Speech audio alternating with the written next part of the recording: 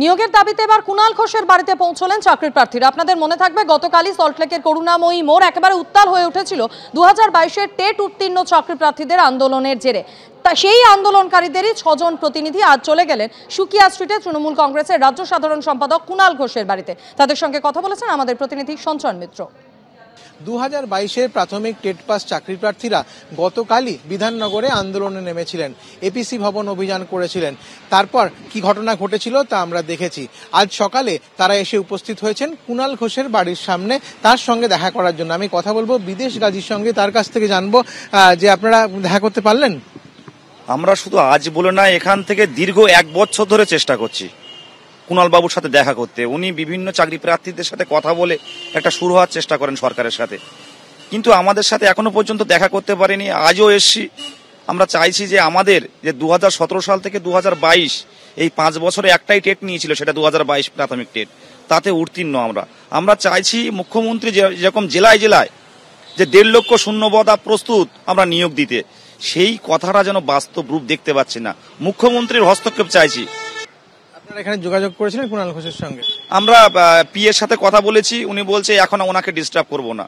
তাহলে আমরা কোথায় যাব বলুন, আমরা কোথায় যাব? বিগত দিনে আমরা বারবার দেখেছি কুণাল ঘোষ বিভিন্ন সময় বিভিন্ন জায়গায় গিয়ে চাকরি প্রার্থীদের সঙ্গে কথা বলেছেন, তাদেরকে নিয়ে গিয়েছেন ঊর্ধ্বতন কর্তৃপক্ষের কাছে, কখন অভিষেক বন্দ্যোপাধ্যায়ের কাছে, কিন্তু এবারও চাকরি প্রার্থীরা আশা নিয়ে এসেছেন 2022-এর প্রাথমিক টেট উত্তীর্ণরা। কি আশা করছেন এখন? আমরা আশা তো করছি অনেকদিন ধরেই। যখন আমাদের রেজাল্ট বেরালো, 5 বছর বাদে পরীক্ষা হলো, তারপরে যখন রেজাল্ট বেরালো তখন সাংবাদিক বৈঠক করে বলা হলো, পর্ষদ সভাপতি নিজে বললেন যে আমি শিক্ষামন্ত্রীর সাথে কথা বলেছি, আমি মুখ্যমন্ত্রীর সাথে কথা বলেছি, আমি 2023 সালে ন্যূনতম 2বার এদের নিয়োগ দেব। সেখানে দাঁড়িয়ে 2বার তো নিয়োগ ছাড়ুন, আজ পর্যন্ত ইন্টারভিউ নোটিফিকেশন দেওয়া হলো না। ইন্টারভিউয়ের দাবি করে আজ সকালে কুণাল ঘোষের বাড়ির সামনে এসে উপস্থিত হয়েছেন 2022-এর টেট উত্তীর্ণ চাকরি প্রার্থীরা, কিন্তু এখনো পর্যন্ত দেখা হওয়া সম্ভব হয়নি। তারা বলছেন যে তারা বারবার গত 1 বছর ধরে চেষ্টা করছেন, কিন্তু কুণাল ঘোষের সঙ্গে যোগাযোগ করতে পারেননি। আজ সকালেও দেখা হলো না কুণাল ঘোষের সঙ্গে। তারা অপেক্ষা করছেন কুণাল ঘোষের বাড়ির সামনে। সঞ্চয়ন মিত্র, এবিপি আনন্দ, কলকাতা। এদিকে কেন্দ্রীয় অর্থমন্ত্রী নির্মলা সীতারামনের সঙ্গে দেখা করল সংগ্রামী যৌথ মঞ্চ।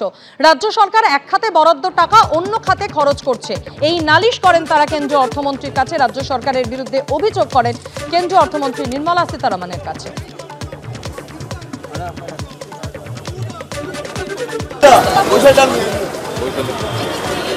রাজ্য সরকার কর্মচারীদের বেতন খাতে যত পরিমাণে এই পদের জন্য যে বেতন খাতের যে পয়সাটা নিয়ে আসে বেতন এবং পেনশন খাতের জন্য, সেই টাকাটা বেতন এবং পেনশন খাতে করা হচ্ছে না।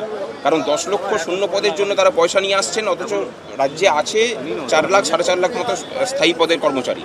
বাকি যে টাকাটা যেটা নিয়ে আসছে সেই পরিমাণ বাজেটে অ্যালোকেশনও হচ্ছে এবং সেই টাকাটা খরচাও হচ্ছে না। এই জায়গাটাতে আমরা ওনাকে দেখতে বলেছি যে এটা আমরা মনে করি যে একটা ফিনান্সিয়াল একটা চলছে, ইরেগুলারিটি চলছে, এবং যে ফান্ডের টাকা সেই ফান্ডে খরচা না করে অন্য ফান্ডে খরচা করা এটা একটা আইনত দণ্ডনীয় অপরাধ। সেই বিষয়টাতে যাতে ওনাদের ফিনান্স মিনিস্ট্রি দেখেন এবং যথোপযুক্ত ব্যবস্থা